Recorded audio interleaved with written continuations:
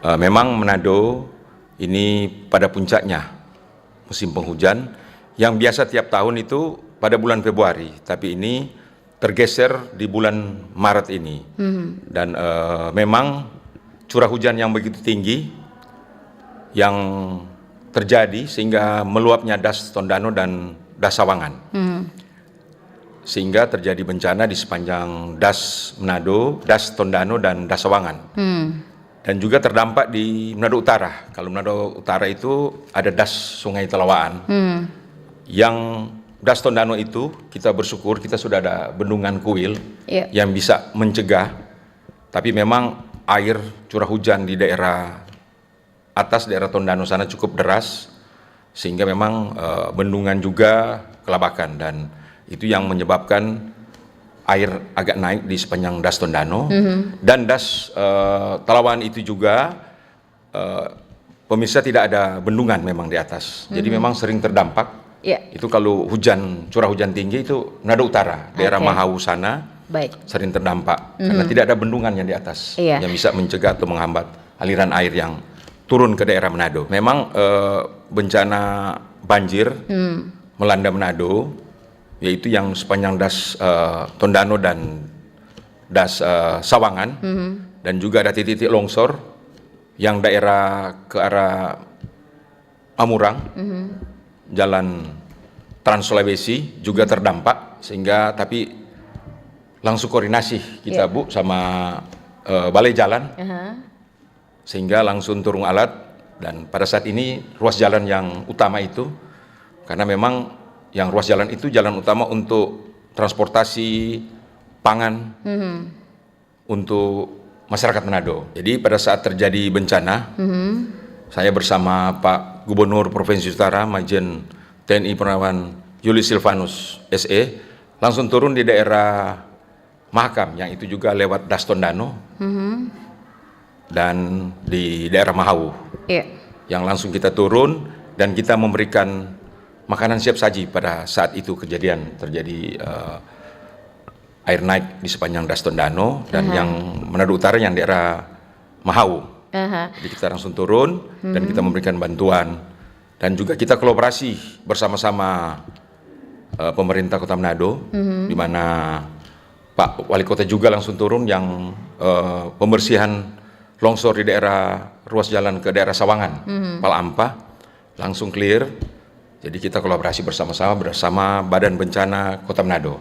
Di saat terjadi kejadian darurat baru-baru yang mengalami beberapa titik di wilayah Sulawesi Utara terjadi banjir, kami dari Pusat Data Operasi dan Pengendalian di BPBD Provinsi melakukan tindakan upaya penyelamatan dan evakuasi serta pendataan terhadap masyarakat korban terdampak bencana.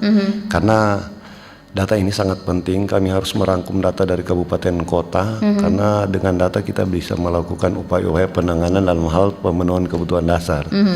Karena yang terjadi khususnya di Kota Manado, masyarakat yang terdampak banjir itu hampir 5.000-an, yang kena langsung 3.000-an, itu kami harus lakukan secepatnya upaya penanganan pengungsi dan pemenuhan kebutuhan dasar. Ini hal yang sangat penting. Masyarakat korban harus teratasi dalam hal pemenuhan kebutuhan dasar, dan ini bantuan untuk pemenuhan kebutuhan dasar itu berasal dari mana saja, dari pemerintah sendiri, dari pihak swasta, BUMN, dan ini semua berdasarkan data. Karena data ini sangat penting yang kami harus rangkum dari kabupaten kota untuk pemenuhan kebutuhan para pengungsi saat itu juga. Namanya juga keadaan darurat, kondisi darurat harus dilakukan sesegera mungkin yang memadai. Dalam penanganan kondisi kedaruratan, terutama paling pertama yaitu penanganan upaya penyelamatan dan evakuasi. Itu sangat penting karena ketika keadaan darurat terjadi, upaya penanganan penyelamatan dan evakuasi yang harus lebih dulu sambil kita melakukan kaji cepat. Karena kaji cepat yang menentukan data pengungsi, data jumlah korban, data wilayah terdampak, dan dari semua data itu kita bisa mendapatkan kebutuhan untuk penanganan darurat. Dalam hal ini pengungsian dan pemenuhan kebutuhan dasar. Berapa jumlah korban terdampak, di mana kami harus harus menempatkan korban terdampak ini dalam status pengungsian. Nah, itu yang harus kami pikirkan lebih dulu. Setelah mereka mendapat pengungsian yang layak, baik di gereja, di puskesmas, di masjid, setelah itu harus kami pikirkan bagaimana upaya penanganan kebutuhan dasar dari mereka, makanan, minuman, kebutuhan sandang dan pangan.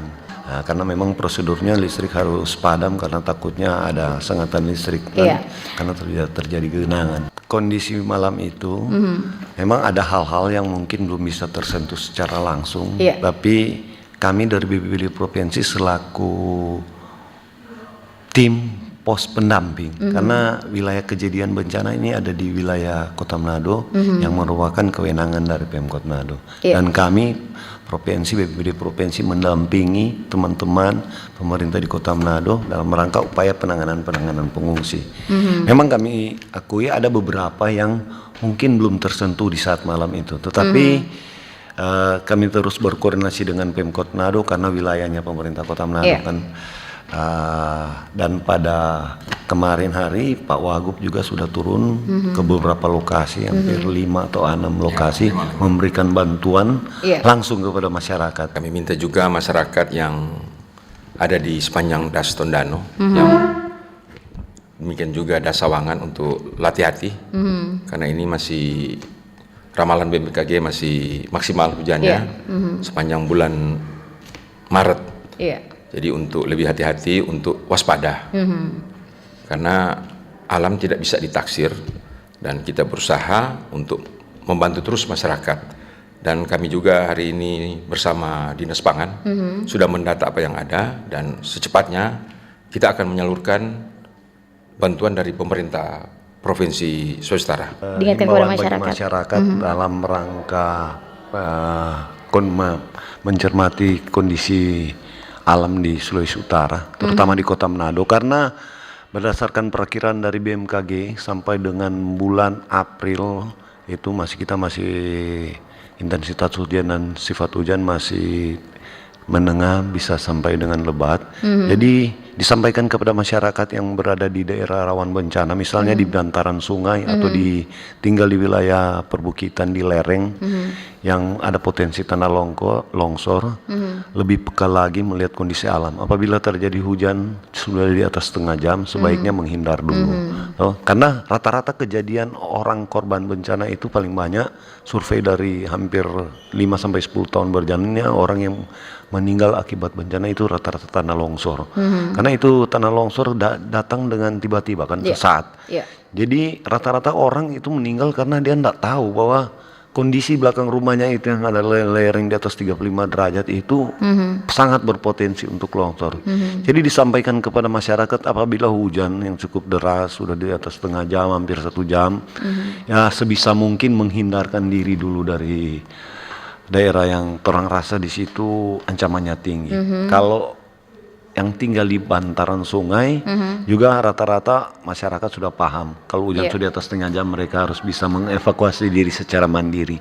Dan juga kepada masyarakat yang lain, kiranya dia kalau di saat hujan deras, angin kencang, sebisa mungkin mengurangi aktivitas, karena ada beberapa kejadian baru-baru di Jalan Raya Manado Tomohon, korban akibat kena tertimpa pohon tumbang kan di jalan. Itu perlu diwaspadai juga.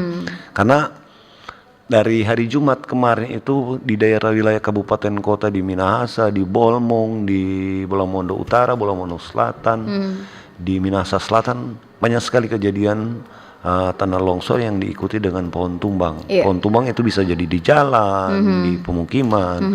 Jadi itu juga perlu diwaspadai. Dengan mengurangi aktivitas yang tidak perlu di saat kondisi lagi ekstrim. Buanglah sampah pada tempatnya. Jadi sudah sering Pak Wali Kota turun ke lapangan, ngomong ke masyarakat, itu saluran tersumbat karena begitu banyak aqua-aqua yang sampah-sampah buangan dari masyarakat. Jadi dia kembali lagi ke kita. Jadi itu kesadaran masyarakat. Terus ya memang alam. Jadi kita juga sebagai orang percaya selalu meminta untuk menjauhkan dari bencana-bencana dan alam, sehingga kita dijauhkan juga dari bencana-bencana yang ada. Jadi intinya itu kesadaran masyarakat. Informasi